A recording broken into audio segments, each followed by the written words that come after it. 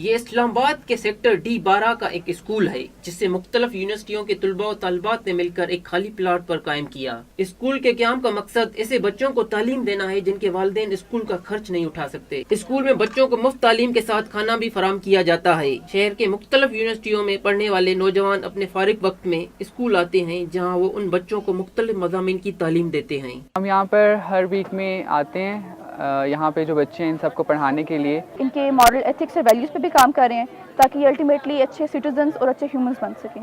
بے در و دیوار ہی صحیح لیکن بے سر و سامان نہیں، یہاں علم کی شمع جلتی ہے، دل و دماغ منور ہوتے ہیں۔ بہت اسکول اچھا ہے، ٹیچر بھی اچھے ہیں، سب بہت اچھے پڑھاتے ہیں۔